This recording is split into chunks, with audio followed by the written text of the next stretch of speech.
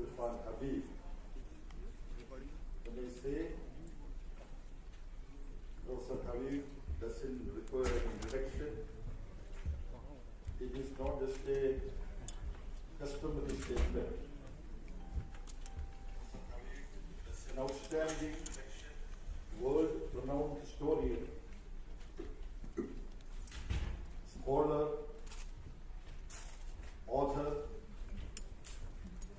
public intellectual. Above all, it has been a firm, unwavering, committed communist to the cause of working class movement. He has been a practicing communist and public intellectual in any sense.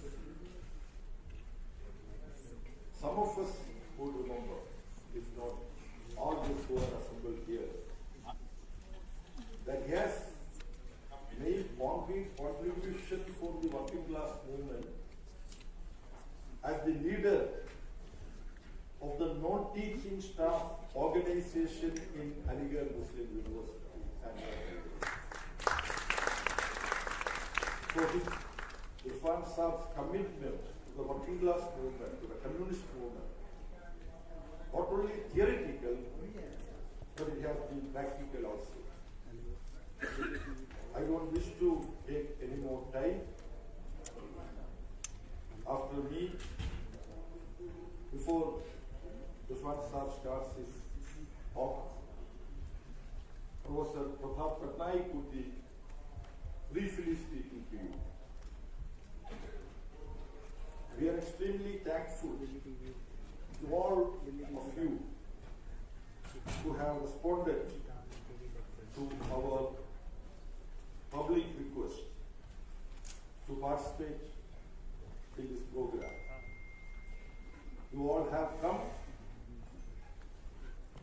due to your sympathy and solidarity with the progressive democratic movement on the one hand, and your friendship and camaraderie with the departed leader, Comrade Sitaram Yechury. Though I don't need to mention the galaxy of eminent people, but I would be failing in my duty if I don't mention the presence of outstanding artist, Mrs. Sharmila Tagore-ji.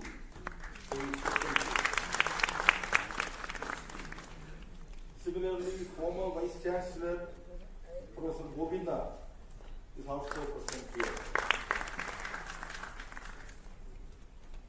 An eminent person from the Kashmir Valley, Jammu Kashmir Valley, Sri Wajahat Habibullah ji, is also present.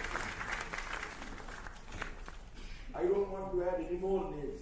I see the outstanding people in front of me. For paucity of time, I don't venture further. Before I invite Professor Pratap Patnaik to speak briefly, I would also like to share with you an interesting coincidence.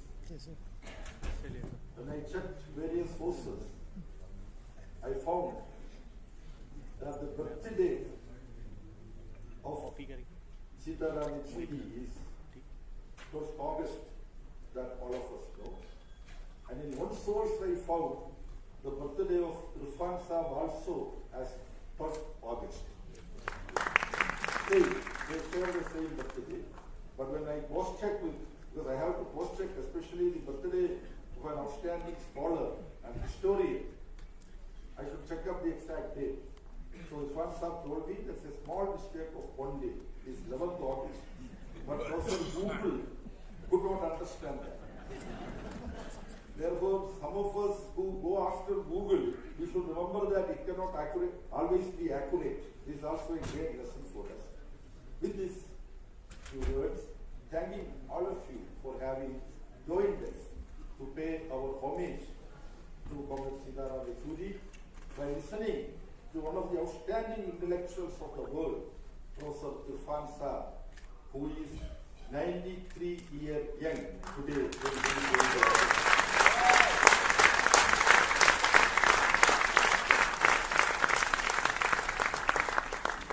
He has not been, Professor Irfan Sir has not been attending public programs. After almost a decade or so, he is visiting.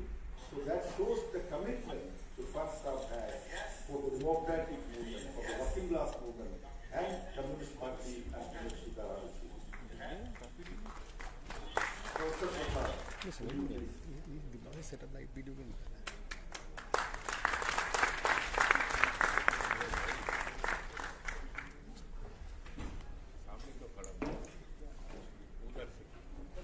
I shall not take very long. Professor Irfan Nabi is, of course, perhaps the most iconic academic intellectual in the country at this moment. But his iconic status comes not just because of his being the doyen among historians, but also because he has consistently raised his voice against injustice, against exploitation, against oppression. This is something which actually he started doing very early in life.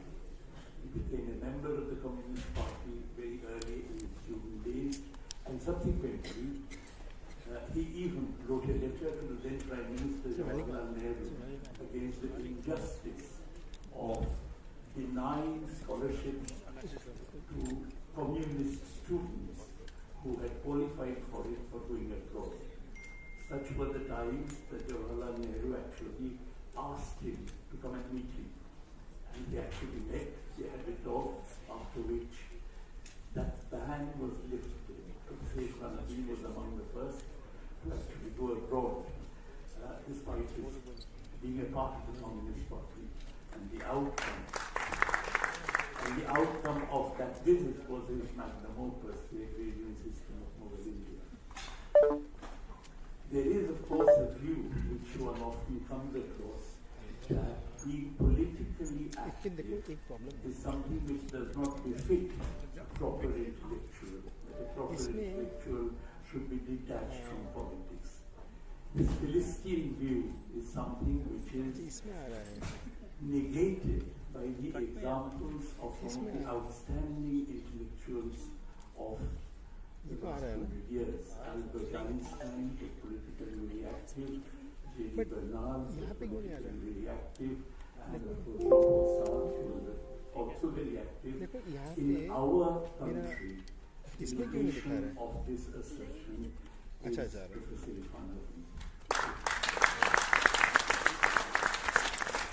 It is our great good fortune that he actually has come to speak to us today, and it's a fitting tribute to the memory of Comrade Sitaram Yechury that Professor Nabi is going to be delivering the first Sitaram Yechury Memorial Lecture.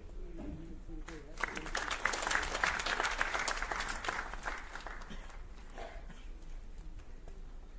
Now, this part of the auditorium is full almost. I want to inform that in the balcony there are still few seats available, and in the foyer there is close to television available also. Now, we can listen to Professor Irfan.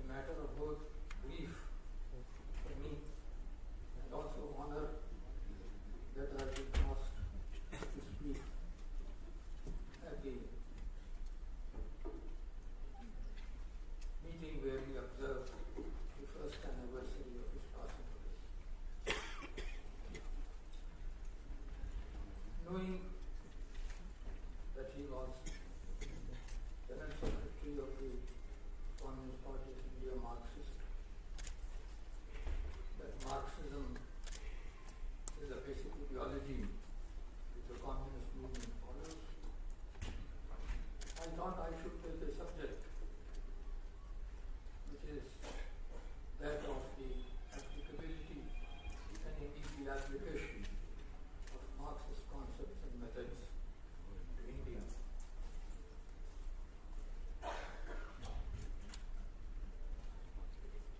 It is true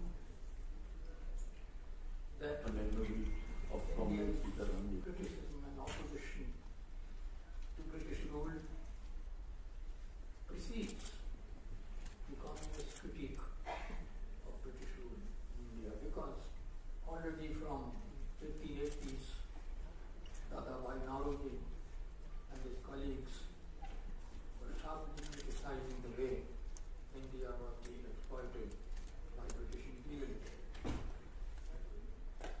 And while today one is devoting oneself to the Marxist critique of British imperialism in India, it is also proper to pay respectful tributes to our own national figures, preeminently Dadabhai Naoroji, R.C. Dutt and Gadkari, but particularly Dadabhai Naoroji and R.C. Dutt, who described in detail how British colonialism was exploiting in India. And while they used polite words, their critiques stand valid today as they were at that time. So when we pay tributes to the earlier scholars, the earlier nationalists, and earlier scholars abroad, Karl Marx himself, Frederick Engels, we also pay tribute to Dadabhai Naoroji and R.C. Dutt in particular for bringing out how Britain was exploiting India.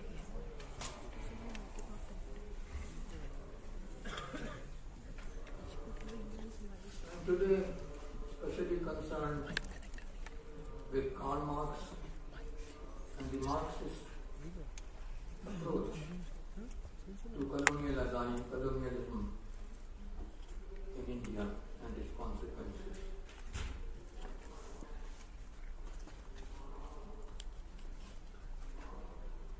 Karl Marx's criticism of colonialism was, of course, included in Capital, Volume 1, and also in the subsequent 2 volumes, and also in his articles contributed to the newspapers in America, which have been published several times, both earlier from Moscow and now also from other. There's one edition coming from New York in 1991.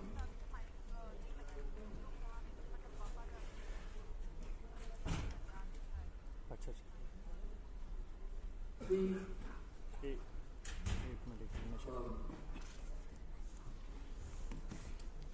communist approach to colonial India precedes the communist movement in India, because this approach was first initiated by Karl Marx in his articles in 1840s onwards, also by Frederick Engels,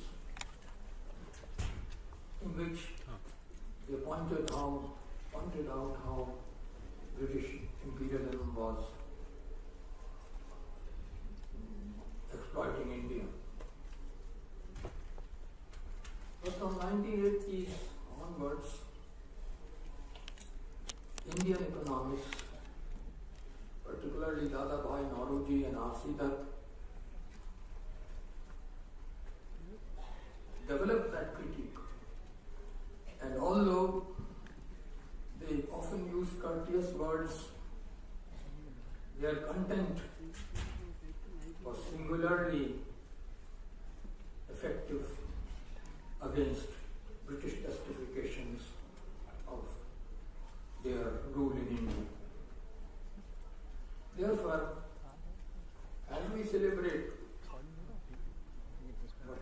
Marx said against colonialism in India. We should also celebrate what Dada British rule and economic exploitation. Therefore, it is time that we should look at what they begin from 1880s. And they pointed out how India was losing annually a large amount of its income and wealth to Britain, the so-called tribute, the drain of wealth from India.